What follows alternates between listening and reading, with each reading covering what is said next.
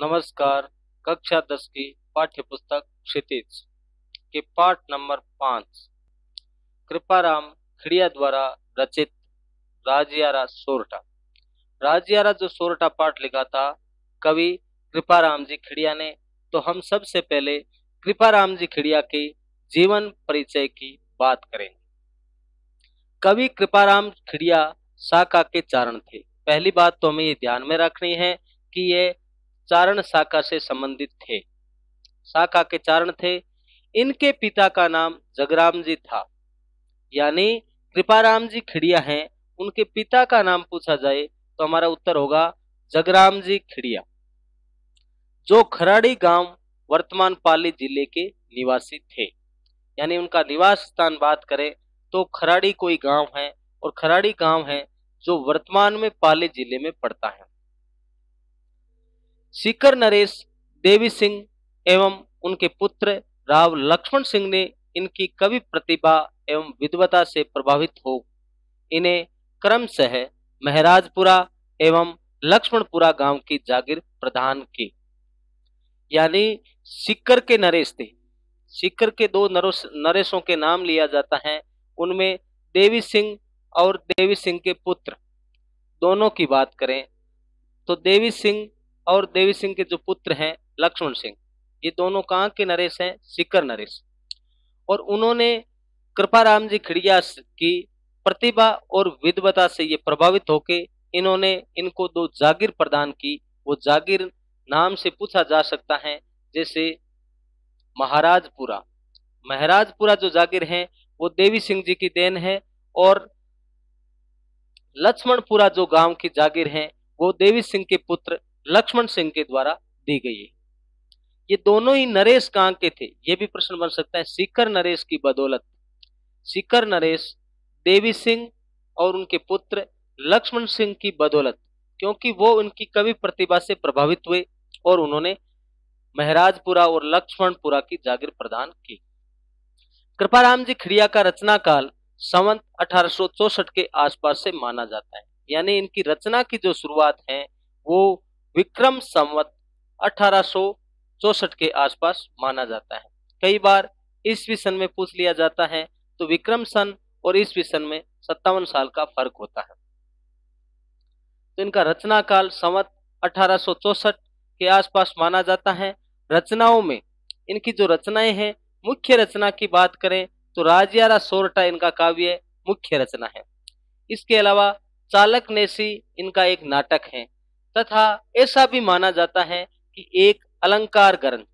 तो ये इनकी रचनाएं हैं, राजियारा सोरठा काव्य, चालक नेसी नाटक और एक अलंकार ग्रंथ नाम से गिनाए जाते हैं। राजियारा सोरठा वर्तमान में उपलब्ध है। तो इन तीनों रचनाओं में से ऐसा पूछा जा सकता है वर्तमान में उपलब्ध रचना है राजियारा सोरठा। राजियारा सोरठा ग्रंथ कवि ने अपने सेवक राजा राम को संबोधित करते हुए लिखा है। ये जो राजियारा सोरठा है, राजा राम नाम का उनका सेवक था, और अपने सेवक को संबोधित करते हुए इन्होंने सोरठा छंद में यह ग्रंथ लिखा।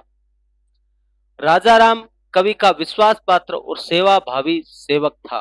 तो यह भी प्रश्न पूछा जा सकता है कि कृपाराम जी खिड़िया ने राजिया नाम से क्यों लिखे, क्योंकि राजा राम है जो कवि का विश्वास पात्र और सेवा भावी सेवक था।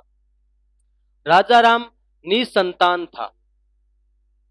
राजा राम है जो खुद निसंतान था, और इसलिए राजा राम को यह डर था कि मरणोपरांत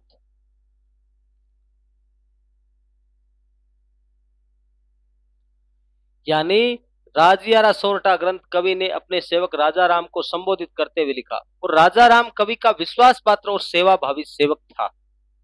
राजा राम निसंतान था, तो यह भी प्रश्न बनता है कि राजा राम के संतान नहीं थी, या किस वजह से, मतलब वो कृपाराम जी का विश्वास पात्र बना और वो क्या चाहता था। तो कहते हैं कि राजा राम खुद है जो निसंतान था,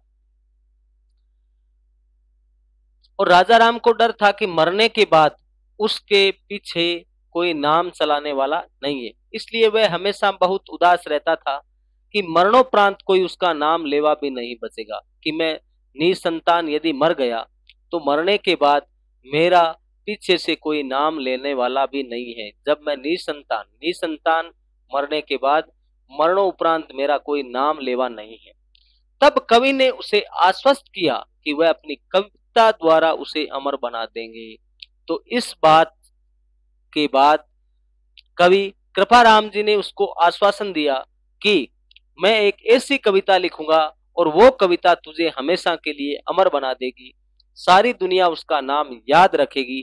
तब कवि ने राजिया को संबोधित कर नीति के सोरठे रचने शुरू किए।